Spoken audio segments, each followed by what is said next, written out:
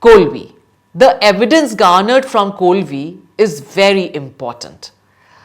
They were first visited and reported by Dr. Impey 1854 and later by Cunningham 1972. Around 50 caves have been found here. Many lively statues contained in them bring to life the existence of Buddhism and the practice. Buddhism as if they are projecting the past for the present. A stone chaitya has also been found from Kolvi. These are relatively later finds from Rajasthan. The rock cut shrine of Kolvi is one of its kind in Rajasthan. According to Cunningham, another equally striking peculiarity about these topes is the possession of an excavated chamber for the reception of a statue.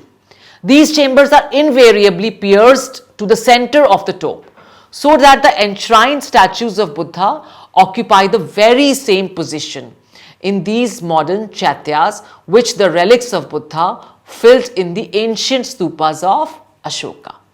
They are in fact no longer stupas but real temples, which differ only in their form from the common structural shrines of the Buddhists. On the basis of this innovation, they have been assigned a date later than the caves of Damnar and Bagh in Malwa, ranging from circa 700 to 900 Common Era. Originally, ruins of 64 monk cells and similar structure were reported from Kolvi, but presently only 45 stone structures can be located. A few elaborate multi-storied structures have also been preserved. The stupas and meditation halls also sporadically they sport a circumambulation path or pradakshina path. The Kolvi shrines have images of the Buddha, but not of bodhisattvas.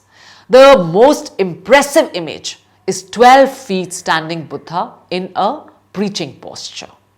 Kolvi complex. Before Rajasthan emerged as a major tourist attraction, centuries ago, some of its parts provided refuge to Buddhist monks in search of eternal peace. The sole witness of their presence are in some archaeological sites in Jhalawar. The Buddhist archaeological remains at Kolvi were portrayed as spectacular yet shrouded in obscurity in a recent newspaper article, which indicates a need to accord this site a more prominent place on the Buddhist map. The archaeological finds from this region do not find corroboration in any literary source, yet the impact of Buddhism can be deeply felt in this region. The Kolvi Buddhist cave complex, along with Binayak and Hathia God in the vicinity, point toward a large extension. Kolvi has furnished evidence of a variety of Buddhist structures which can be tabulated as follows.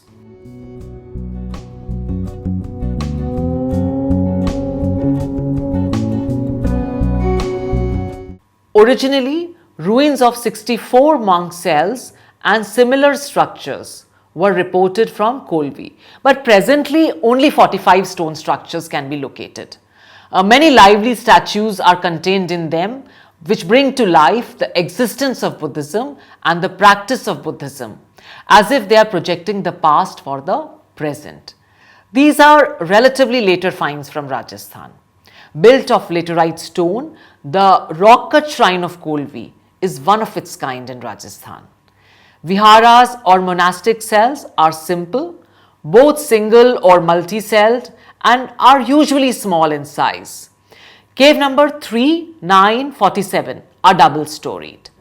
Some viharas have a courtyard in front and have 1, 2 or 3 entrances separated by pillars. Single cell viharas, they have provision for wooden gate and shelves to keep belongings, shayan pattika or stone bed, randhra or ventilation or groove, and stone pillows. Ornamentation on pillars in front of cave 11 and 13, similar to 5th century temple in the area of Bhim Ki Chauri. Roofs are generally flat. Cave number 3 is largest multi-storied. Stairs are destroyed.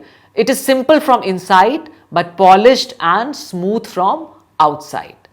Thus, there is a lot of diversity within a similar idiom of caves. Nearby areas also have similar structures from Binayak and Hathia-Gaur. Binayaka has around 16 monastic cell viharas, out of which 4 are double-storied. Hathia-Gaur has 9 viharas. The Chaitya, which is a large shrine, is semicircular, 8 meter into 4 meter. That is the prominent structure of Kolvi. It has a stupa in backside. In front, there is a place for monks or devotees to sit. There is beautiful ornamentation at the entrance. Padmapani, Vajrapani statues are placed at the Garbhagriha, the sanctum sanctorum of the shrine. Buddha statues are found in many caves. Cave number 14, 16, 21, 27, 38, 42 and 58, which in all probability served as small temples. Cave number 11 and 15 are constructed as assembly halls with pillars. Stupas are found in cave number 3, 36 and 37. And stupa temples in which a stupa is placed as the main object of worship in a shrine. They are unique structure of Kolvi. An elaborate and ornate shrine built on a square platform called Medhi is also found from Kolvi. Biggest stupa from Kolvi is from cave number 37. The platform is 3.2 meter into 3.2 meter. There are niches on the Medhi to place Buddha statues. According to Cunningham, another equally striking peculiarity about these topes is the possession of an excavated chamber for the reception of a statue. These chambers are invariably pierced to the center of the tope, so that the enshrined statues of Buddha occupy the very same position in these modern chaityas which the relics of Buddha filled in the ancient stupas of Ashoka. They are in fact no longer stupas, but real temples, which differ only in their form from the common structural shrines of the Buddhists. On the basis of this innovation, they have been assigned a date later than caves of Damnar and Bagh in Malwa, ranging from 700 to 900 Common Era. Cunningham says this.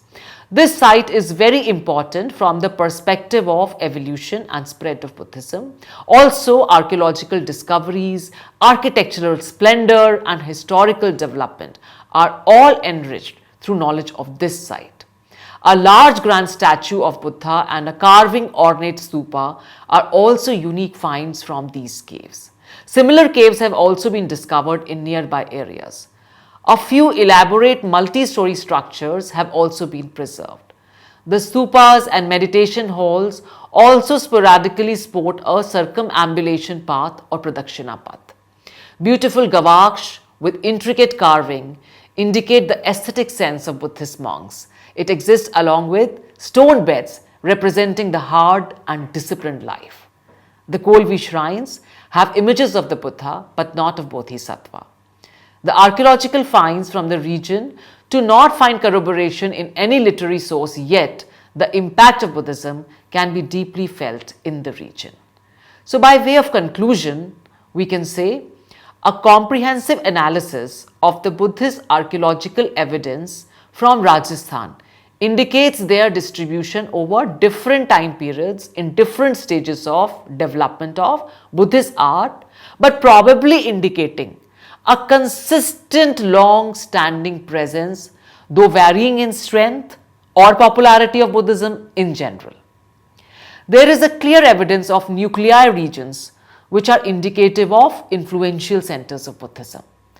Some unique features like the circular shrine from Berat and stupa shrine from Kolvi may be precursors of later trends. The Buddhist archaeological evidence from Rajasthan needs to be viewed through an integrated approach to portray the evolution of Buddhist religion and thus establish a historical context. So as a final note, I'll give you the information of how to reach these attractive spots.